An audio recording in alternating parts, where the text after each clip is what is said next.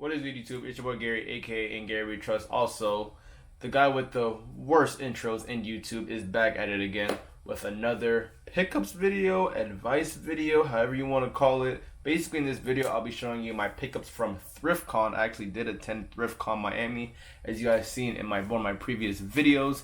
Really dope event, had lots of fun. Me and the homies went out there, saw a lot of dope dudes out there that gave me some solid deals. And yeah, first I want to show you guys the pickups I got from ThriftCon. I'm gonna start off with this North Carolina t-shirt that actually saw me wear in my previous video. Really dope graphic, single stitch as well. Honestly, I can't really date this shirt. I think it's possibly like early 90s and maybe late 80s. I've never seen a hefty t-shirt with that tag on it. But yeah, I got this shirt for 20 bucks. So I do want 25 off from a dub, and he took it. Not gonna lie, I was pretty bummed out that I bought this shirt and it didn't fit, and I dropped a whole 40 bones on this shirt. And I did get it from one of the homies. Unfortunately, I was so hyped that the shirt was so dope, I didn't even bother to try it on. I thought it was gonna fit. Yeah, so I got home, didn't fit, but hey, glad still, at least like I gave the money to a person I actually knew. And yeah, it was actually a 1995 Jamaica t-shirt. It's actually pretty rare to find vintage Jamaica t-shirts, at least in the US. But yeah, like this shirt is so dope, and I thought the shirt looked like it was kind of roomy, but I looked at the size medium tag and unfortunately it didn't fit. But one of the homies said they'll buy this off of me for, I think I'll shoot him 30, like I'll do 30 bucks for it, and yeah, he said he would do it, so didn't really lose that bad on it. With this shirt, I was so hyped. I always wanted another wrestling tee, and I was able to cop a Stone Cold Steve Austin tee from '99. Really dope. This is not single stitch, but it's still WF, and with the back graphic. Got this shirt for $50, and it's actually, I didn't expect to pay so low for a Stone Cold Steve Austin shirt at a thrift event, because everyone there was charging at least like 80 to 100 minimum. And yeah, so I was able to find the right guy, and he just needed quick cash. And I was like, why not? I'll shoot you 50. You look cool. I did hit up the VHS homies, and I definitely had to buy this shirt. I did not know he still had this shirt.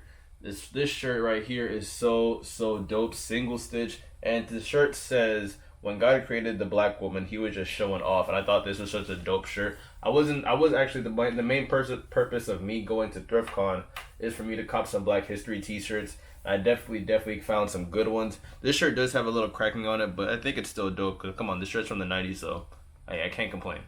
I also bought this single stitch Martin Luther King t-shirt.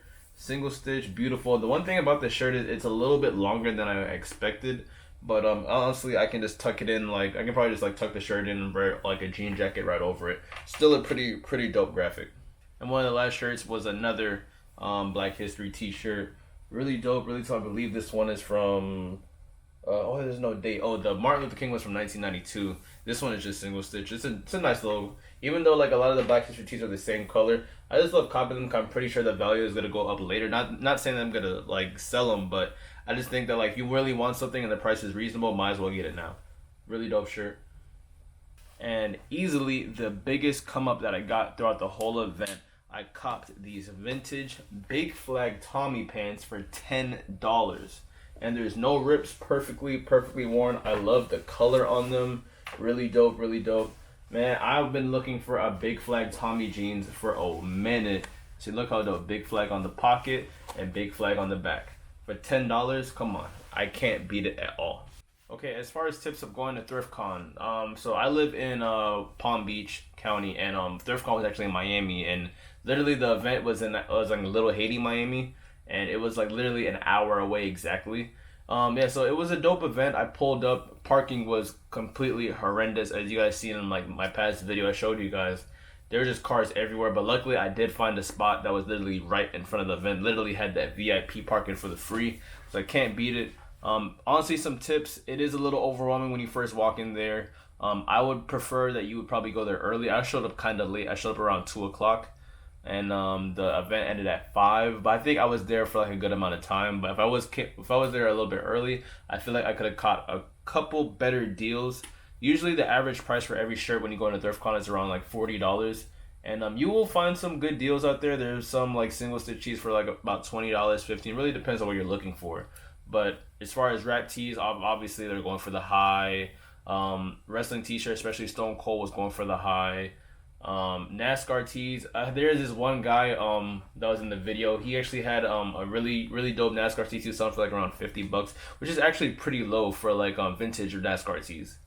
And yeah, they did have a bathroom, a nice clean bathroom. I was washing my hands a lot.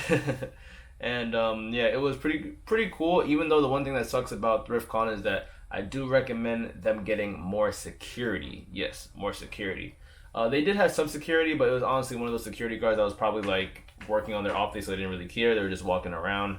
Because a lot of people did steal a lot. A lot of people got finesse in that event. I believe this one guy, my homie Lewis told me that his homie actually like someone bucked a $400 Wolverine shirt from his booth.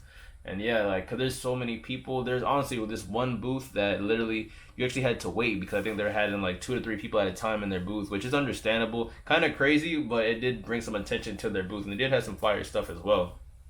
And yeah, and that's really about it. ThriftCon is really dope. I actually had more fun at ThriftCon than actually SneakerCon, which is actually crazy.